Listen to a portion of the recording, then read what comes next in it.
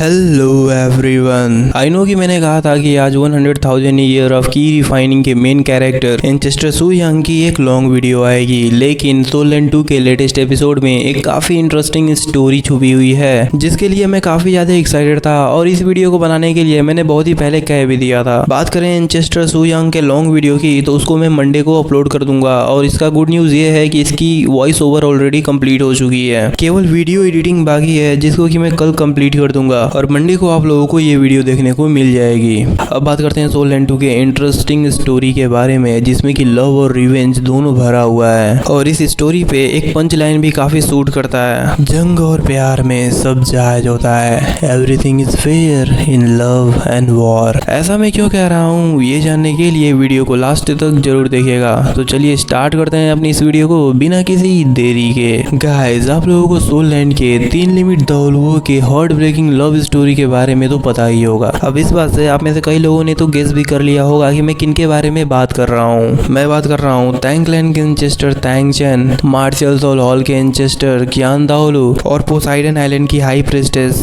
बोसाइक्सी के बारे में। इन तीनों की लव स्टोरी काफी ज्यादा हार्ट ब्रेकिंग है और कुछ ऐसी ही स्टोरी हमें सोल लैंड 2 में भी देखने को मिलने वाला है, लेकिन ये वाली लव स्टोरी काफी ज्यादा डिफरेंट होने वाली है क्योंकि इसमें आपको लव और राइवलनेस दोनों देखने को मिलने वाला है। और इस स्टोरी के मेन कैरेक्टर 3 लोग होने वाले हैं, जिनमें से फर्स्ट पर्सन श्रेक एकेडमी के फॉर्मर डीन मास्टर मुयन है, second person black dragon Douluo Long Xiaoyao होने वाला है और तीसरी पर्सन होने वाली है डेथ गॉड दौलुओ ये सी सुई। तो इनकी स्टोरी स्टार्ट होती है इनके यंग एज में, जब मास्टर मुयन 18 साल के थे। उस समय इनको one of the top genius माना जाता था अमॉन्ग्स द यंगस्टर्स, क्योंकि ये 18 साल की ही उम्र में 69 लेवल के वॉरियर बन चुके थे। साथ में ही इनके पास में top class light Holi dragon की ब्लड लाइन थी, जो कि 10,000 सालों में किसी को भी नहीं मिला था। और उस समय वो श्रेक एकेडमी के टीम को लीड कर रहे थे कॉन्टिनेंट इंटर स्कूल टूर्नामेंट में, जहाँ पे उनकी मुलाकात 2 जीनियसेस से होती है जिनका टैलेंट मास्टर मुयन से थोड़ा भी कम नहीं था। और ये जीनियसेस कोई और नहीं बल्कि लॉन्ग सियाओ याओ और ये सीसुई थी, जहाँ पे लॉन्ग सियाओ याओ के पास में डार्क होली ड्रैगन की ब्लड लाइन थी और ये सीसुई एक टॉप क्लास की स्पिरिट मास्टर थी।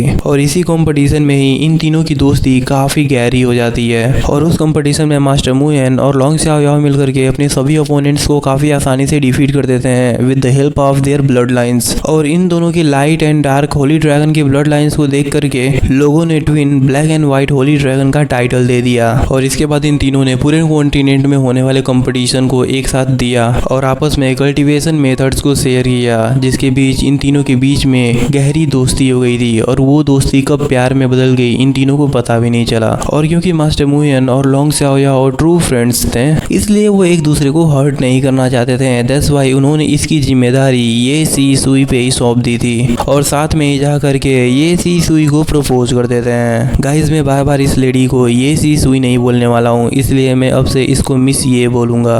अब जब ये दोनों ही मिस ये को एक ही साथ प्रपोज कर देते हैं तो मिस ये एक क्रिटिकल सिचुएशन में फंस जाती हैं, क्योंकि ये तीनों ही आपस में बेस्ट फ्रेंड थे। दैट्स व्हाई मिस ये नहीं चाहती थी कि वो किसी के भी फीलिंग्स को हर्ट करें। दैट्स व्हाई वो शर्त रखती हैं दोनों के लिए कि मास्टर मुयन और लॉन्ग सियाओ याओ के बीच में 1 साल बाद कंपटीशन होगा और जो भी उस कंपटीशन को विन करेगा मिस ये उसी को अपना लाइफ पार्टनर चुनेंगी। मिस ये से ये आंसर सुनने के बाद में लॉन्ग सियाओ याओ और मास्टर मुयन को ऐसा लगता है कि मिस ये दूसरे पर्सन को चाहती हैं। मींस कि मास्टर मुयन को ऐसा लगता है कि मिस ये लॉन्ग सियाओ याओ को चाहती हैं और लॉन्ग सियाओ याओ को ऐसा लगता है कि मिस ये मास्टर मुयन को चाहती हैं। और इसका रिजल्ट ये होता है कि ये दोनों ही बंदे 1 साल बाद कि जहाँ पे कंपटीशन होना था वहाँ पे वो आते ही नहीं है और मिस ये वहाँ पे 3 दिनों तक इन दोनों का वेट करती रह जाती हैं, इस आशा में कि वो दोनों आएंगे। लेकिन धीरे धीरे उनकी ये जो उम्मीद थी वो निराशा और दुख में बदल जाती है। गाइस, इस पॉइंट से ना हमें लाइफ की भी एक इंपॉर्टेंट लेसन मिलती है और वो लेसन क्या है मुझे आप लोगों से कमेंट बॉक्स में जानना है, इसलिए अपने ओपिनियन को कमेंट बॉक्स में जरूर ड्रॉप करिएगा। एंड लिटरली गाइस, ये लड़की वहाँ पे 3 दिनों तक इंतजार करने के बाद लिटरली अंदर से पूरी तरीके से टूट जाती है और ये दोनों बंदे भी कुछ दिनों तक उदास रहने के बाद अपने कल्टीवेशन पे फोकस करना स्टार्ट कर देते हैं। और मास्टर मुयन और लॉन्ग सियाओ याओ इस बीच में एक दूसरे से मिलते भी नहीं है, क्योंकि वो पास्ट में हुई चीजों को फिर से याद नहीं करना चाहते थे, जिससे कि उनको फिर से तकलीफ होती। और इसके बाद लॉन्ग सियाओ याओ और मास्टर मुयन अपनी अपनी फैमिली में बिजी हो जाते हैं और इस साल को हुए लगभग 10 साल बीत जाते हैं। तभी अचानक से एक दिन मिस ये मास्टर मुयन को खोजते हुए श्रेक एकेडमी आ जाती हैं और उनको एक फाइट के लिए चैलेंज करती हैं, जिस फाइट में मास्टर मुयन मिस ये की बड़ी हुई पावर्स को देख करके काफी ज्यादा चौंक जाते हैं। हालांकि ये अलग बात है कि वो उस फाइट को जीत जाते हैं अपनी लाइट होली ड्रैगन की पावर्स का यूज करके,